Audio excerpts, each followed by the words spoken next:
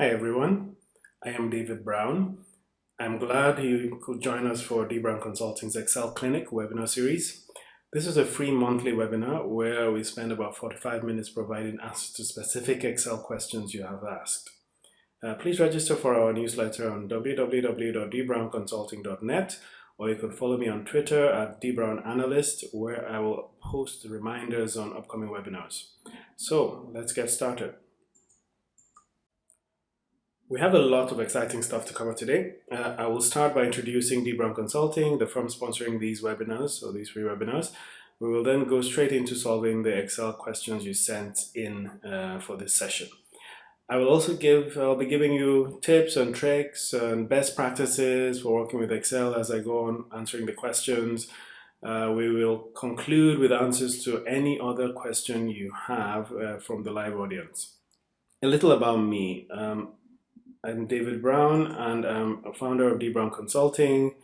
I'm really passionate about Excel, as in I have trained thousands of people on Excel and related topics over the past 20 odd years.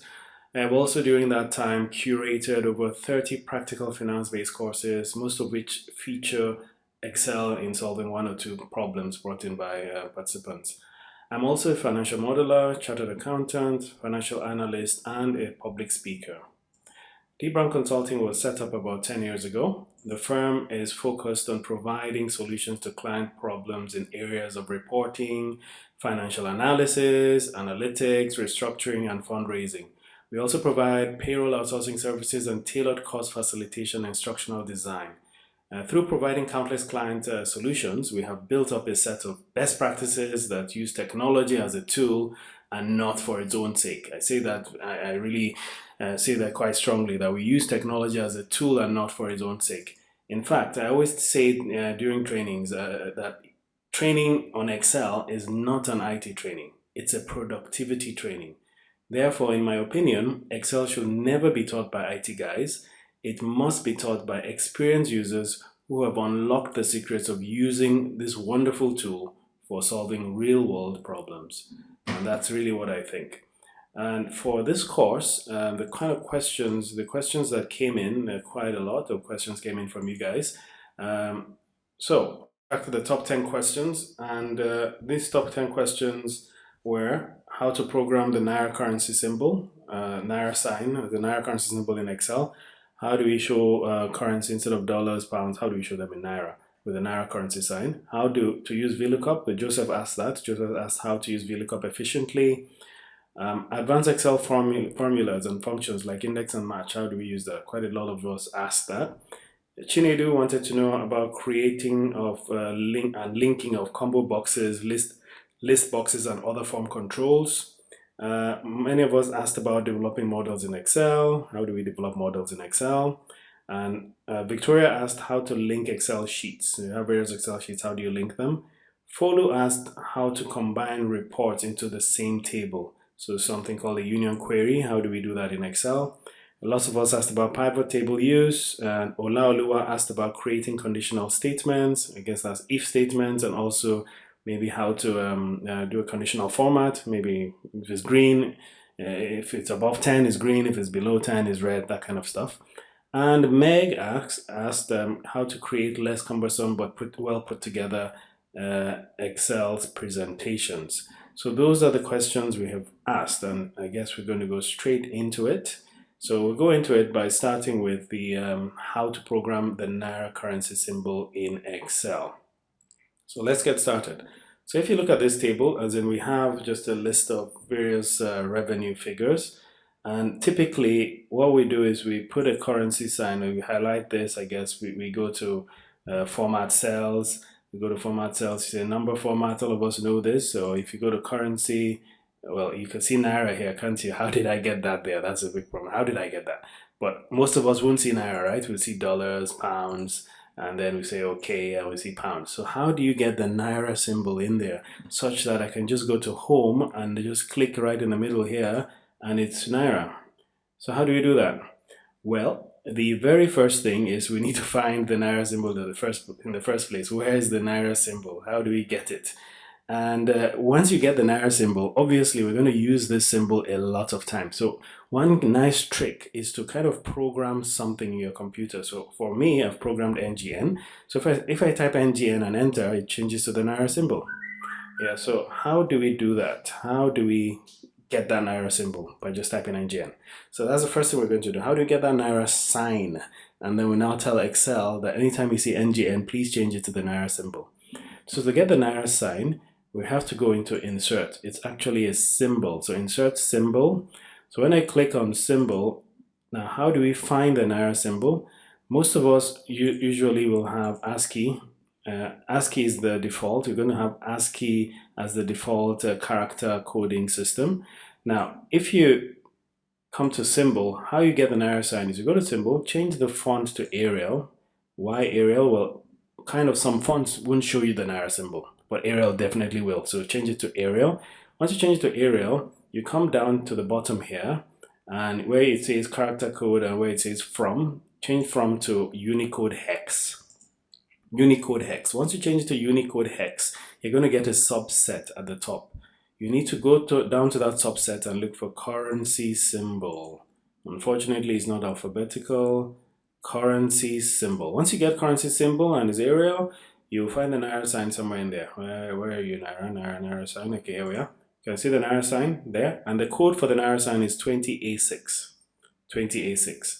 So once you click that, you insert and then close. Once you insert it, it comes into Excel. Here it is. So once it's in Excel, next thing you need to do is how do you program that NGN? How do you program it? So what we're going to do is we're going to program Naira instead of NGN. So I want to program, anytime I type Naira, it will just show me the Naira symbol. So I come in here, I kind of highlight it. So I prefer you to use NGN. So you copy that symbol into your formula bar, you copy it.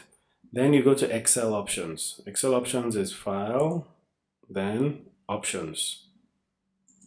Okay, the shortcut for this is Alt-TO. So, and then once you go to Excel options, you go to proofing. Once you get to proofing, you go to autocorrect options. Once you get to autocorrect options, you see replace and with. Under replace, you can type NGN in capital letters. Once you do that, since I've done it before, it's there. Once you type it in capital letters, you paste, Control V. Remember, we copied the Naira sign. That's why you must copy the symbol first. You just do Control V, and you say NGN replace with Naira sign. You say OK, and you say OK. Once you do that, anytime you come into Excel and enter, it's there. And the nice thing about this is it works in PowerPoint and Word as well. It's not just Excel. Anything you do in this Excel options dialog box actually affects all the other Office packages, Office suite. So most of what you do here anyway affects all the other packages. Yeah, so NGN is now Naira. Now, how do we get this into the Naira symbol? Well, one easy way is you could just copy the Naira symbol again. And anytime you highlight figures and you do a format, you probably, let's just do a custom format. If I go to numbers and the thousand separator with 2 decimal places, a negative red here, we all know this format. You get that. But I could actually just go to custom, and then at the beginning of the code, I paste what I copied. I paste the symbol right in the beginning of the code. So I've pasted the symbol in there. So I click OK, and there we have it. There's an Naira symbol. But we could go a step further and let's program our computer to understand the Naira as our default currency. How do we do that? We have to go to Start, and this is not really an Excel thing. This is now a computer thing. You go to Start and Control Panel. Once you go to Start and Control Panel, you're looking for something called Regional and Language Options. You can come in here and type region, for example. You'll see Regional Language. Once you click on Region and Language, you basically you see that English United Kingdom. By the way, you have Yoruba, Hausa, Igbo, other languages in there. Just leave it as English United Kingdom. And then you can go to under location, you have various things. Location Nigeria, keyboard language. So under format, I want you to go to additional settings. Once you go to additional settings and you see number currency, go to currency. Now I already have the Naira here. You won't. You would have probably dollar and stuff. So how do you get the Naira? You simply do that by pasting. You just Control V. You paste the Naira. You know, we copied it earlier. You just paste it. Once you paste it, you will see no changes here until you probably apply. Once you apply, these will change from dollars to Naira. Once they change, you're basically giving your default currency for your computer as Naira. So you click OK, you click OK, and you've basically programmed your computer's default currency to Naira. And you can close. The next time you highlight and you come to home and you click on this middle currency in here, it's going to be Naira. And that is how you get the Naira sign in. Thanks for that question. Quite a lot of you asked that. And so let's go to the next one. How to use VLOOKUP efficiently. How do we use VLOOKUP efficiently? Let's use this exercise here. So we're going to talk about VLOOKUP. VLOOKUP is a very, very useful function. I kind of find it that a lot of people new to Excel, when they discover VLOOKUP, VLOOKUP has to be used to solve everything. VLOOKUP is just a big revelation. Wow, this thing just kind of pulled out exactly what I wanted. So every table you see has rows and columns. So if you look at this table, I have how many columns here? 1, 2, 3, 4, 5, 6. I have 6 columns on this table and quite a lot of rows. Right. So Cadbury is what I'm looking for. I'm looking for Cadbury in this table. Cadbury is in row 2. And what am I looking for Cadbury? I'm looking for Cadbury's EBIT, earnings before interest and tax. That is in column 1, 2, 3, 4, 5. So that will be 12.6. So what VLOOKUP does is this. VLOOKUP, you tell VLOOKUP, hey, look for Cadbury in this first column. In this table, go to the first column and look for something. That's Cadbury. When you find it, I will tell you which, that means when you find that thing in this first column, I want you to now go to a corresponding column. So I want you to go to EBIT's column. EBIT's column is 1, 2, 3, 4, 5. So let's just do it. Let's just see. Equals to VLOOKUP. So VLOOKUP. So VLOOKUP, what are we looking for? We're looking for Cadbury. Where am I looking for Cadbury? I'm looking for it in this table. Ideally, you should name this table as best practice. It's already named the table. And column, what column is EBIT? It's 1, 2, 3, 4, 5. So I type 5 and I type OK. Now, what I've just done here is like a sin. Why do I call it a sin? This is a sin, especially when you build models. One thing you must never, ever, ever, ever do when you build a model or when you're writing a formula is to hard code. This is called hard coding. Don't type something into a formula that will need to change later. If it will never change, yes, you could go ahead and type it. But for example, I've typed 5 in here. Why did I type 5? Because this is 1, 2, 3, 4, 5. EBIT is 5. What about if this EBIT changes to FCFF? That means it's not going to be column 5 anymore. It's going to be column 1, 2. So this is wrong. You don't do this. So how do we solve this? You delete that, and then we need a function that can go ahead and do the counting we did manually. This 1, 2, 3, 4, 5 we did manually was simply, we're going to the heading and we're looking for where EBIT is. EBIT is number 5 in the heading. So we need a function that can do that. And the name of the function is match. So how do you put a function in a function? You just type it in there and open and close your bracket. Once you put match and open and close your bracket, because every function starts with an open and a close bracket, once you do that, you go to your formula bar and you click inside your formula bar, click the name of the function in your formula bar. Once you do that, the function dialog box comes out for that function. See the match? If I go back to VLOOKUP, this is the VLOOKUP function argument box. If I go to match, this is the match function argument box. Cool. So what is match asking for? Exactly what we did manually. We were looking for EBIT. We were looking for EBIT in the headings, this one here. Yeah, and it's good you lock it. And match type, just take it as 0. It's most 99% of the time it's going to be 0. It's just a code that says look for an exact match. That's what 0 does. So if you look at it, match has found 5. This 5 is going to be passed to VLOOKUP. So VLOOKUP now has match that automatically gets that for us. And then we have everything solved. You can see 0 at the end here. This 0 means please do exactly as I say, VLOOKUP, don't do anything else. That's what 0 means. 0 means false, which means look for exactly what I asked you to look for. That's what 0 means. You could also type false in here. It's the same thing, false and 0. So click OK. And that's our formula. We found that. Okay, someone put a percentage there. I can quickly move it to a number. So that is VLOOKUP. So I come in here and type FCFE. You can see that Cadbury's FCFE is 0. Which is kind of the same as 0.15. Come here and type Nestle. Nestle's FCFE E is supposed to be this negative here. And can you see that? That works perfectly. Excellent. So let's see what's next. We're going to talk about advanced Excel functions, index and match. So we're going to use the same exercise to kind of find index and match. Index and match is just another way to do exactly what we did with VLOOKUP. Yeah, but index and match is more superior. Why do I say that? VLOOKUP is smart, but it only looks to the right. So you know that we are looking for Cadbury's something else. So Cadbury's FCFE, FCFF, a bit. So we're looking left to right. Index, on the other hand, can look left, right, up, down, anywhere. But let me explain index. If you look at this table, you know, we start off by saying how many columns are in this table. We have 1, 2, 3, 4, 5, 6 columns, and let's see, 4, 8, 9 rows, starting from the heading. So every single cell in this column or this table has an address. So let's ask, where is Nestle's FCFE address? Here, Nestle is in row 1, 2, 3, row 3, and what column is FCFE? 1, 2, 3. So if I come in here, let's just start with index. Index to me is the most powerful function in Excel, especially for someone that does modeling. And anytime you work in Excel, index is very powerful. I mean, just to show how powerful it is, Microsoft had to create 2 versions of it.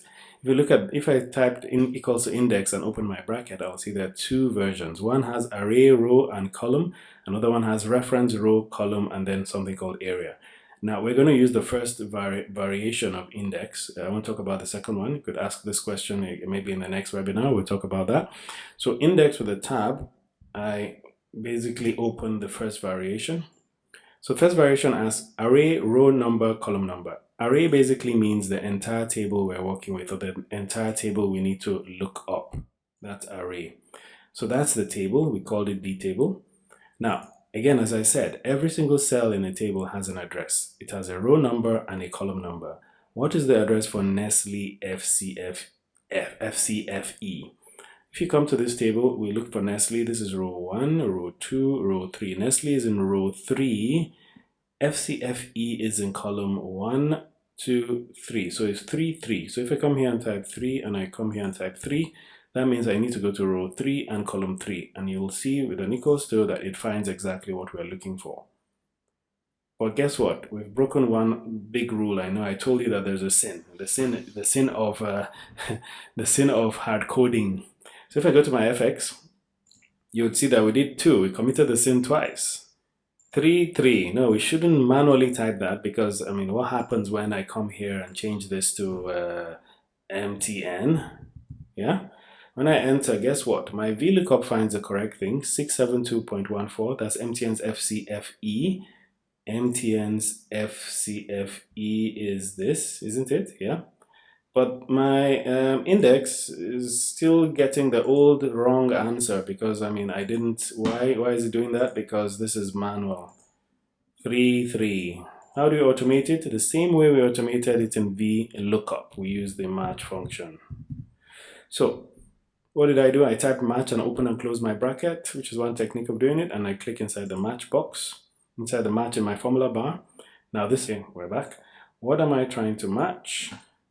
So I go to my index. We're trying to match the row, something in the row.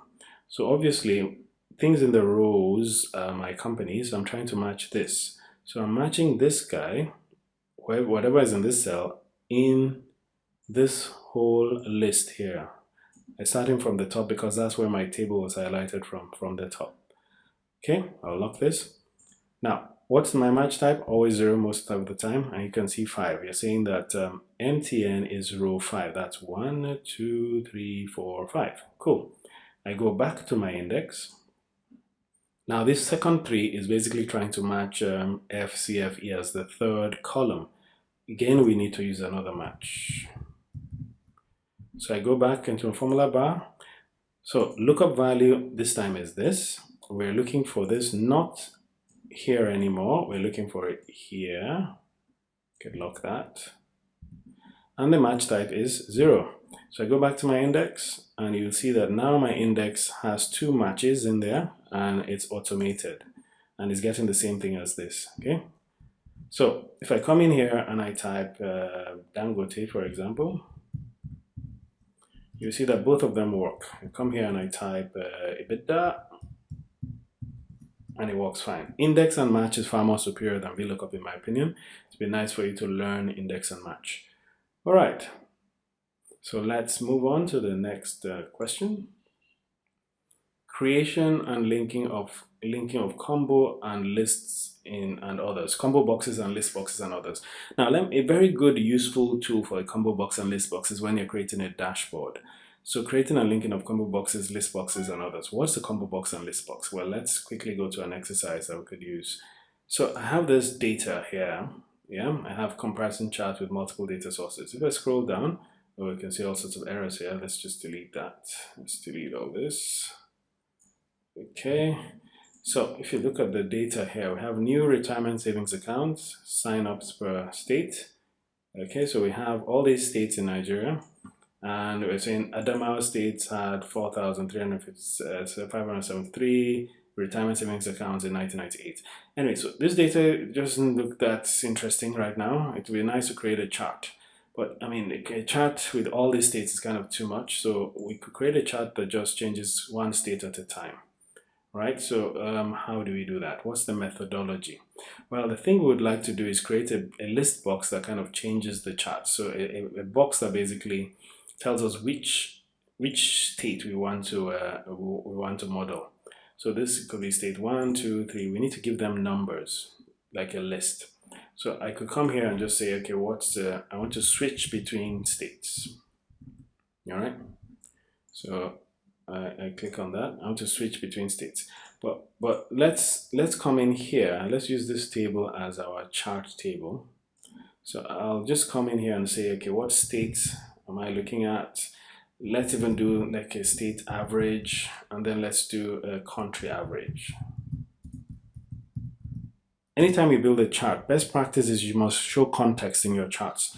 You don't just show a chart on its own, you should show comparisons to something else within that chart. So that's why I'm going to compare what did the state do in each year, what's the total state average for all the years, and what's the total country average. So for country average, I'm basically going to say equals to average and highlight the entire table's data. Yeah, so I lock it, and that's my country average. All right, that's my country average there. I'm going to highlight, copy it to the right. Shortcut, by the way, for that is Ctrl R. And then what state? Obviously, I need something to be able to pick the state. How do I pick a state? I'm going to use a button. I'm going to depict, if this is my table, like this, yeah, and these are my states. Starting from here, I'm going to start from the beginning of the table. I'll see that Abia is the second on my list. Then Adamawa is the third. So I'm going to put on this switch here, I'm going to type 1, or let's say type 2 in there. So if I type 2 in there, this 2 is basically going to help me get the state. So if I say equals to, if you remember our index, yeah, our index, I'm going to tell index, hey index, I would like you to come to this entire table. Yes, and the table, by the way, is called D. You give it a name. Yeah, if you hadn't given it a name, you'll see a range like this. So this is the name. Now, what row are you going? This row, what row are we going to? We're going to the row specified by this cell here, which I'm going to lock. Just switch cell. And then what column should you go into? Which column? Well, I need to go to, for this one, I will need to go to column that is equivalent to this 1996. If you look at this table, this is column 1, this should be column 2. And then 1997 should be column 3, and then 4, and then 5. We can't type 1, 2, 3 here, can we? So we're going to use match. If you remember match, you can see how we're using index and match now.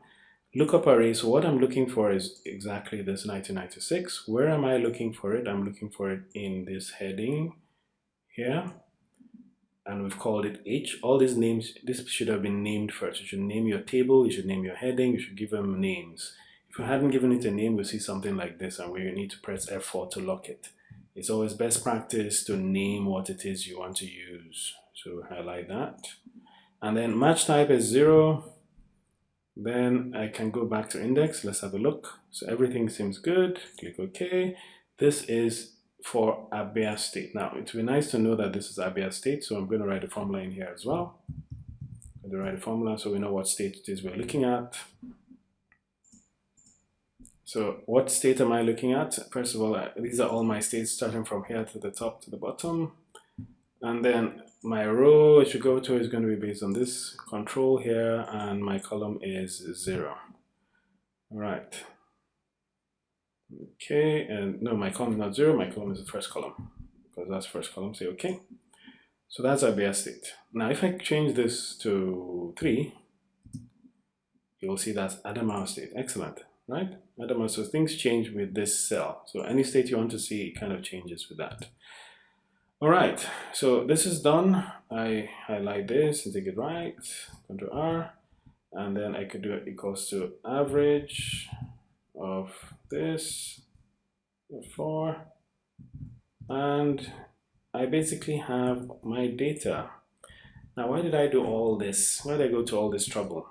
When you have a data like this, big data like this, you need to basically reduce it, and in reducing it you can now build a chart. So I can highlight this and then I can just bring in a chart. All right, so let's quickly bring in a chart. So I've brought in a chart and I'm taking that up here. Oops, sorry. Let's just quickly take that up here. It should look nice. Come on, go up, up, up, up, up. Here we are. So this is our chart. And if you look at it, state average and country average are always going to be a straight line anyway. So I'm going to change this to a straight line. I'm going to change the chart's design, change the chart type. So my state is going to be a line chart, and my country is going to be a line chart. You can see the chart looks much better. This chart title, by the way, I could just link that to my state. So it makes more sense. Or maybe I could just link that to the heading here. So it makes sense actually linking it to the heading. Right, and there we have it. So this is my chart. Now, if I want to create another state, instead of Adamawa, maybe I change this to 5. Now, that's how you change it, but this is not intuitive. That is where the actual question comes in. We have to prepare the data. And the nice thing about preparing the data is you guys have got to do a small revision on index and match. All right, so to answer Chinedu's question of creation or linking of combo boxes, list boxes, and others, since we now have our chart, basically have our chart and stuff, so the combo box, so let's just show you what that does. What's the combo box? You have to have the developer tab. You go to the developer tab, and then just go to the developer tab. Then under insert, you basically see something called form controls and ActiveX controls. Now, developer is where what houses VBA. VBA is a different application that works with Excel and works with Word, PowerPoint, and the rest. And this form controls actually work directly with native Excel. When I say native Excel, I mean Excel itself. There's Excel. And ActiveX is basically VBA. It's just so mainly when we're working with Excel, you just think about form controls. The second box here is actually combo box. That's what we're looking for. So I click this and I drag. Once I click it, I drag. Now this is your combo box. Now combo box is actually foreign to Excel. Right? When you talk about Excel, you talk about cells. Excel basically works with cells. Things go into cells. Now, everything else you see that is not in a cell is something, I just call it a tool that works with Excel. This chart itself is just a tool that works with Excel. And whenever you have tools that work with Excel, you need to know the language that they speak. You need to understand what language this chart speaks with Excel. If I go to insert, for example, and take a shape, any shape at all, and I draw this shape here, this shape is another tool that works with Excel. So if I click on the shape, you could see that it has drawing tools. You click on the chart, it basically has chart tools. So, and then this combo box, if I right click it, this combo box is, well, it's kind of different. It's a pretty foreign tool, so to say. So how do you make it work with Excel? How combo boxes works with Excel is you need to define two things. You need to define a list and a switch. The best way is you define a list and a switch, and best practice is you name the list and you name the switch. Okay, so if I come to Excel, remember that this cell kind of acted as our switch. Why? Because once we change it to 7, it kind of switches our data up. So 7 is the by L size, the 7th row. If I come down here, say 1, 1, 2, 3, 4, 5, 6, 7. Yeah. So for these combo box, what we need to do is instead of someone typing 7 in here, we want a list of all the states inside this box. And when we pick a state, it changes the chart. So technically, when we pick a state, it will change this switch. As I said, we need a list and a switch. We already have a switch, this cell. Let's just call it yellow before, we call it yellow. And so let's find our list. Our list is the states. So I click from here all the way down, and I basically give it a name. So this is, let's call this one our list. Yeah, just call it a list. So this is our list, right? And this is our switch. So we have everything we need for a combo box. Right click the box, go to format control, and then under input range, just read that as list. Input range is list. So you type list, you know, we named it list. Okay, it's not cap sensitive.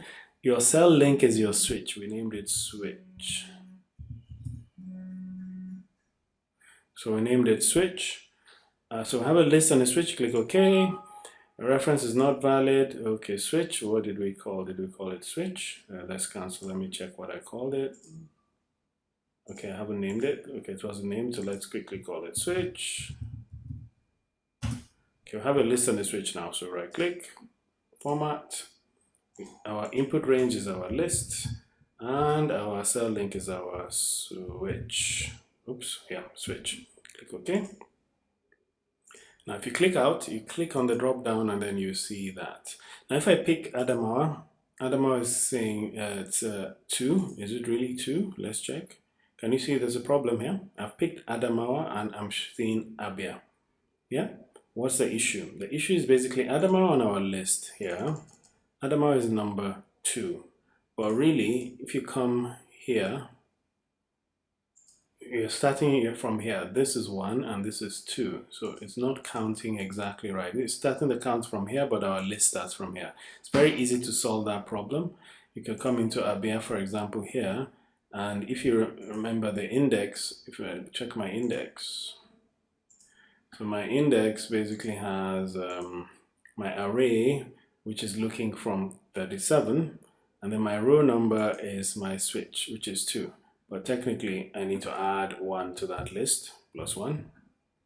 1 is not hard coding here because it never changes, permanent. So click OK, and that fixes that problem. So if I come here, say Adamawa, come here, change it to Abia.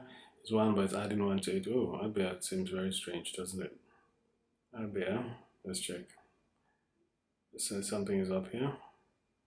Abia, is that very low? What happened to Abia? Now, obviously something else is going on here. We need to update this as well. So if you look at this, this table is also using the switch, so we need to also update that. This should be plus 1 as well. It's a good thing this happened so you can see the kind of issues you could have. Yeah, we had to do the plus 1, plus 1. All right. So now everything is fine. Everything works fine. Cross river, everything works fine. Good. So that is what a combo box does. Kind of makes things look nice. So you could actually bring the combo box into your chart like this. Yep, all the way down here a bit. And someone can use your chart like that. But let's do something even better. Let's create a list box. A list box to me, I think will look better here. So you come to same place. This was combo box. The second to the last one is the list box. And the list box is a bit different. This is how we're going to draw it. We'll draw it like this. And we're going to now fill this out with the same thing. It needs a list and a switch. You have a list and a switch. Yep, now we click OK. And it fills it all out with your list and switch. And all we need to do now is select, and it works. Now, this is almost like kind of similar to creating a dashboard, isn't it? So it now looks pretty neat. As you're clicking, it's changing the data. And how it's working is this box is talking to Excel through this switch cell. Yeah? As you change this, it changes this switch. If I come to this switch and type 8, guess what? If you look in here when I enter, it's controlling. So they're controlling each other. And that's how you use lists and switches. Thank you for that question. And that question was from Chinedu. So next one is developing models in Excel. How do you develop models in Excel? Well, The thing is, everything I've been doing right now technically is a model. I created a model in here. A model just needs three things. Anytime you're creating a model, you need three things to create a model. Any model. You need inputs, calculations, and outputs. Inputs are the things that the user of the model will type into. Calculations are affected by what you type in your inputs, and then the output is the main report you want to see at the end of the day. So technically, this was our input. These things here were all the data that we use for these calculations, and we use these calculations because the output, the main output was this chart, which is feeding from these calculations. So technically, this is a model. But in a financial model, for example, if I go to, let's say, CapEx depreciation, there's one small model I have here. So this is one of our financial modeling courses. So the CapEx depreciation, if I show offset here, so let's just bring everything out. So these green shaded cells are the inputs, and we have lots of calculations going in here. And at the end of the day, the main output is our net book value here. So again, every model needs inputs, calculations, and outputs. And the best practice when you're building a model is you need to color code your inputs in a way that everyone knows that those are inputs, because that's the only thing people will change, the inputs. So for example, this is CapEx real, today's money, and if these are the CapEx that you're going to buy, let's assume I'm going to buy 50 here. Once I change this input to 50, all my calculations change, all the depreciation and everything else changes. Yes, so that's how you build models. So those are best practices for building models. We would have modeling webinars later, as in where we're going to detail of actually building a tiny model so you can see how this works. Or you could come for one of our main modeling courses. We have about 15 modeling courses, very interesting courses. All right, so that's modeling. How to link Excel sheets. How do we link Excel sheets? So let me open an exercise. So we could try and link Excel sheets with an exercise. So I'll just open an exercise now. Okay, so I've opened my, let's say we'll open simple budget linking sheets. Okay, let's update. All right, so this is a typical data that we'll need to link sheets in. So we have a budget for various departments. I have accounting department, operations department, and the marketing department. All of them have submitted their budgets for salaries, fuel, travel, and supplies. And these are all the data for travel, fuel, travels, and supplies. Typically, it's a good practice when you send out lots of different sheets to different people to fill that the sheets are exactly the same structure. And so when they send them back to you, it's easier to consolidate. So a manual way of consolidating, you have your budget data here. I want to have the total budget for the company. So I come to salaries, I need to sum salaries and accounts. Now this is a typical way we do it, right? We do equals to, click on this, then we say plus, and then we come to the next operations, and then we select the salary for operations Q1, we say plus, and then we go to marketing, and then we click that. Now, if you had like 50 departments, that would be pretty tedious. You had 50 sheets. It's not efficient to do it that way. So a more efficient way is probably you just go equals to sum, open your bracket, then you click on accounts and you hold your shift key, and click on the last sheet. No matter where the last sheet is, you click on the last sheet. What you're seeing your formula bar is you're summing accounts to marketing. So what I did equals to sum, I held my shift key and then clicked on accounts. Equals to sum, I went to accounts, then held my shift key and clicked on marketing. Then you now select the cell you want to sum, which is salaries for Q1. So this is sum of accounts to marketing B4, and you close your bracket. Right? How did I do that? I'll do that again. Equals to, you just say equals to sum, open your brackets, you click on accounts sheet, you hold your shift key, you select marketing, then you click on salary cell, and then you close your bracket and enter. Now you basically copy this all the way here, everywhere there, and it works. And then if you want to sum here, you do your alt equals to, and it sums. Alt equals to the shortcut. A better shortcut for everything is you highlight all the way to where you want your sums, and you do alt equals to once, and everything is populated, and that's awesome. Yeah, so everything's populated, and that's how you do that. So that's how you link sheets. But really, linking sheets to me is not best practice at all. It shouldn't even be linking sheets in the first place, because to me, I think you just need one sheet with all your data in one single place. And that leads us to the next question. So let's get back to our exercises. So the next question was combining reports into the same table. So instead of linking sheets where you have many sheets, you want to combine everything into one single table, and then that way we do analysis, and that's the best way to work. Really, you should have all your data in one place. So Follow asked this: how do you combine reports into the same table? So we'll open another exercise probably with various reports and see how we can combine all of them. All right, so I've opened an exercise, show you where that is. Revenue reports by region combined query. So I have lots of sheets of various data. I have north, central, northeast, northwest, southeast, south, and southwest. So all this data, quite a lot of data, I would like to combine them into one report. Now, of course, we could do the manual way, right? We could come to north central, I come to northeast, I come to the top here, I do a highlight like this, I do Control C, I come to north central, I go to the bottom and do Control B, and then I do that for the rest and continue doing that. Now, yeah, that could work, but just think about if you do this every single day, if you do this every week, you need an automated way of doing this. Now, there are many ways to do this, but I'll just quickly use this to introduce Power Query. Now, Power Query is one of the most powerful tools in Excel. To me, I think is the second most powerful tool after Power Pivot. Power Pivot is super powerful, and Power Query. Now, Power Query, for database people, IT guys, they call it an ETL. ETL means extract, transform, and load. So what Power Query does is it cleans your data up before you do your analysis. So it has a lot of tools and a lot of automatic ways of cleaning your data. So we combining, merging, joining, and everything like that. So that's what Power Query does. Now, Power Query uses a language called M, because we have our normal Excel language, right? It goes to VLOOKUP and the rest, that kind of language. But Power Query uses a language called M. Power Pivot, by the way, uses a language called DAX. How do you get these two things? Well, they're free from Microsoft. You could download them and install them today. If you have Excel 2010, it's free. Download Power Query, download Power Pivot, and install. If you have Excel 2013, you would need to have bought Excel Professional Plus or Office Professional Plus.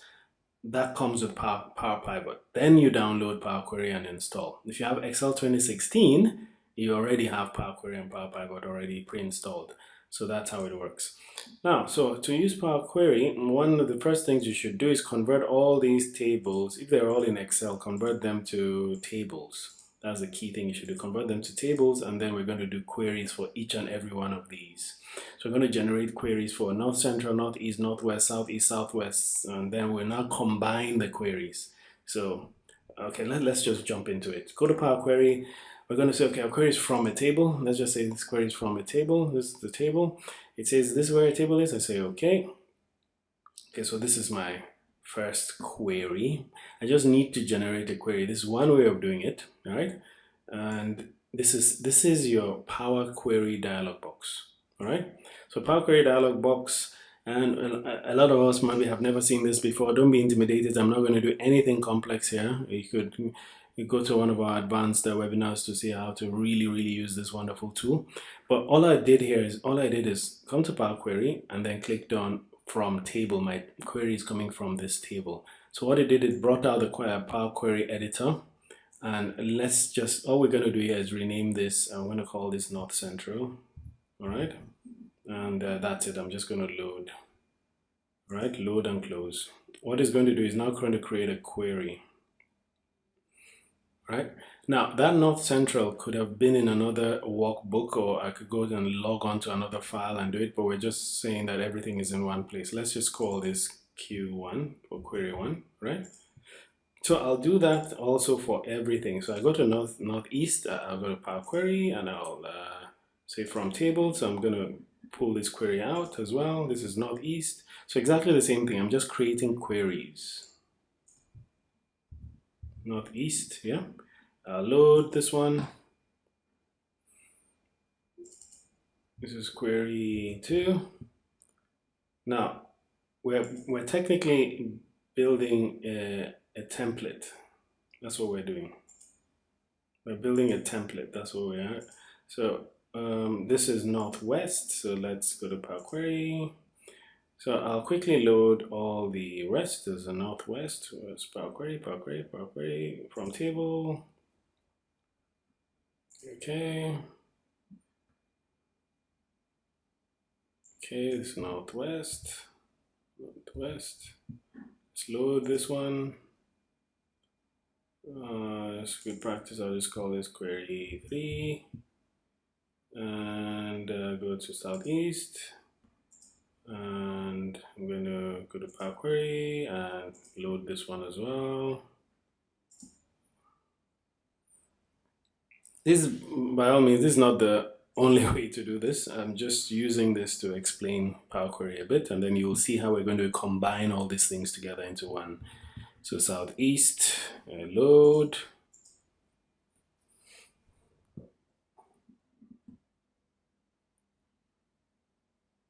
Okay, so let's just stop here. You get what we're talking about.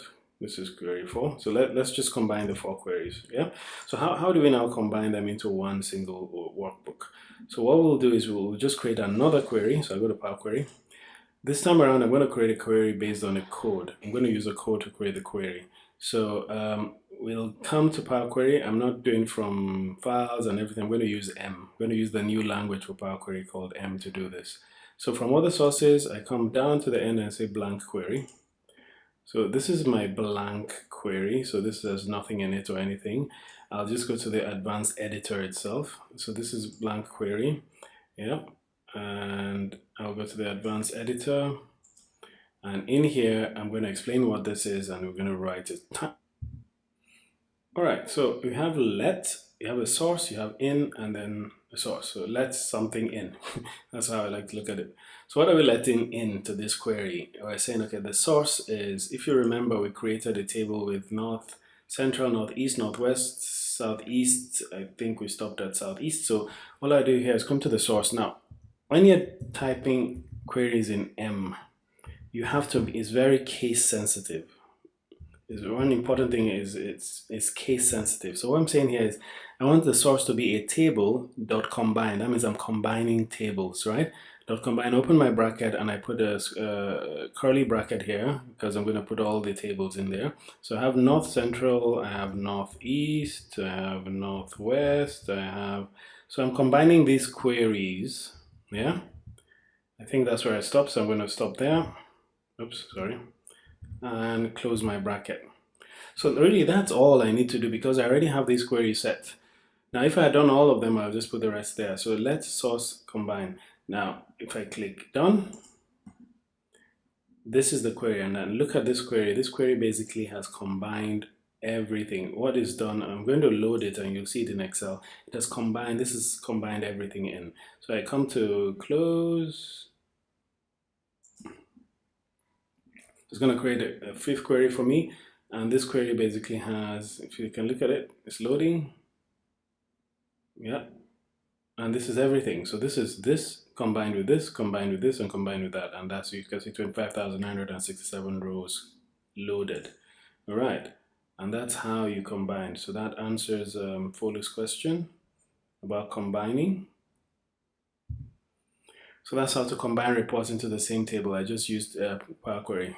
It's good for you to join any of our coming webinars on Power Query, Power Pivot. I think we have one coming next week, so you could learn more about that. Now, pivot table use. Let's quickly go to pivot table use. How do we use pivot tables? Now, for you to use pivot tables, first of all, have to have data. So your data basically has to be follow certain rules. So I'll just go and look through and explain what problems we usually see when you work with data. Now, it's from experience really. When people work with data, they always encounter certain challenges. And the major challenges I see working with Excel or working data in general is 80% of our time is spent finding and connecting to data. So we spend a lot of time looking for cleaning, polishing data, 80% of our time. And unfortunately, we repeat this every time. I mean, it's based on reports. We're looking for data to create certain reports and stuff. So we repeat this looking and cleaning and getting data every week, every month, every quarter. and then everything is dumped into Excel. Some data is in text, some data is here. Somebody brings the data from the various states, they email it to you, you combine the emails, all sorts of stuff. So it's tedious getting data, especially when it comes from multiple sources. And at the end of the day, when we finish our report, we now kind of copy and paste it and in PowerPoint or stuff like that, and that's another way, another inefficiency happens. But to me, the beauty of data is in the analysis and the visualization of data. We don't seem to spend enough time. We only spend 20% of our time actually doing that exploring and visualizing of the data to see what the data is trying to tell us. So it would be good to flip this. Instead of 80% of our time spent getting data, connecting data, we could spend 20% of our time doing that and 80% of our time really doing the productive stuff with our brains. So those remaining 80%, you should automate it. And the best tool you could use for doing that technically is Excel. And if you use it properly with Power Pivot, Power Query, and all the power that they have, you'll be able to flip this and stop wasting time cleaning and finding and connecting your data. All right. So 7 golden rules. What are the 7 golden rules for data? We're going to work with pivot table, and before you work with a pivot table, you ask yourself, does the data I want to work with follow these 7 rules? If it doesn't, make sure it does before you start working with a pivot table. So the first rule is 1 row of headings. You must always have 1 row of headings. No empty columns, no empty rows. Your dates must be in a single column. I'll explain what that means. No totals or subtotals anywhere in your data. This is your data we're talking about, not your report. Your data should not have subtotals or totals anywhere. Your report can, but your data shouldn't. Every unique data type must have its own column. So you have data, you have regional data and state data. You can have regional data and data by state all in one single column. You can't do that. So, and then again, you should never merge any cells. You shouldn't merge cells, and you shouldn't have any rogue data around your table. So let's quickly go back to the data for our pivot, and then let's see what all these 7 rules mean. So first thing, I said you should have only 1 row of headings. That's 1 row of dates. Your dates should be in a single column. So there's some data tables you see where you have dates January, February, March on the top. So you have January, February, March, April. You should never have that. All your dates must be in a single column. All right, and no obstruction anywhere around your table. So this data follows all the 7 rules. So we're going to run into creating a pivot table. So we have data for 2013, 2014, 2 years of data. By regional data, we have the markets, we have the stores, dates, then model of product, the line of business you're in, the revenue. All these are revenue figures, units sold, days in the period. So let's assume we're going to do revenue reports. So you had a peek of this. This has 2 reports we probably want to create. We just create 1 for now. Time is fast going. So we're going to create this report. We want a report that a user can easily pick any line of business he likes, any market he likes, and the data in here changes. You have a percentage of the total. So if you look at grand total down here, you see 100%.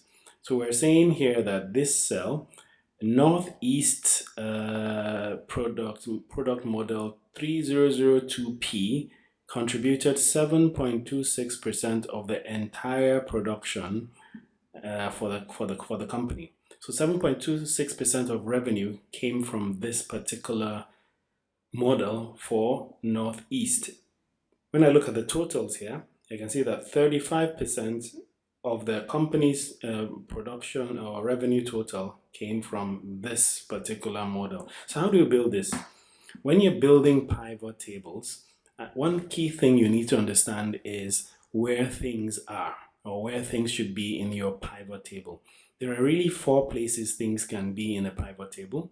Some things can be in your rows, yeah. Some things can be in your columns, and then you could be analyzing something. That's the numbers, that's the analysis. What are we analyzing? What values are we analyzing? And then this whole report itself, you could have a filter for it. So this top here is called a report filter. It's basically filtering the entire report. So if I change my line of business to a different line of business, this entire report will change. So those are the 4 things. What is in my rows? What are in my columns? What values am I analyzing? And do I have a report filter, a filter that affects the entire report? So if I come to my data here, first thing I'll do is insert my pivot table. So I just go to insert, pivot table, say okay, and my pivot table comes out. And you'll see that we have the 4 boxes here. what are in my rows, what are in my columns, what values am I analyzing, and what filters, report filters am I using. So if you remember, we had the model was in my rows, you can see them. The in my column, if I remember right, I think my column had what did my column have? I think line of business, is it? Or in fact, let's just, I think it's region actually. I think region. Let's go back to our report. Let's see what it looked like. Here we go. So if I scroll right, oops, let's just go up quickly. So if you look at it, okay, as regions was in my columns, regions were the things in the columns. So you go back to the data. So I come to regions and drop it in columns. And then what were we analyzing? We're analyzing revenue. So I take revenue and drop it in there.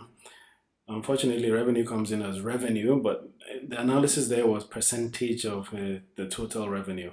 But let's continue with our filters. Our line filters, we had line of business, and I think we had, let's go back, what did we have? Market. So we had line of business and market.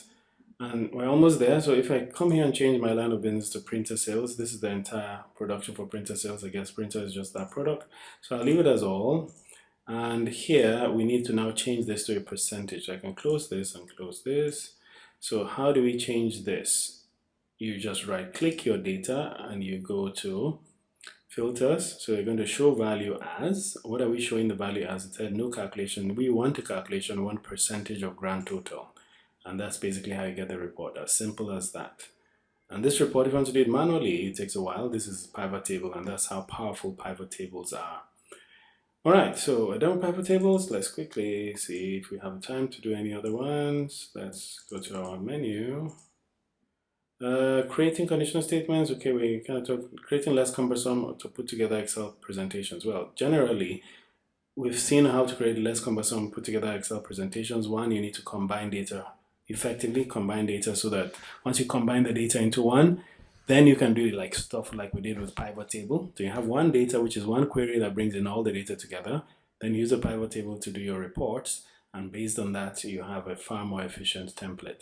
Sorry, you can do the conditional statements now. I would have to close, time is up. I hope you enjoyed the webinar, and it would be nice to see you for the next webinars. We can't take any questions right now, but lovely to see you in the next webinar. Just go online to our website or follow me on Twitter, and you'll be able to know which webinars are coming up soon. Thank you, everyone, and have a good day. Bye.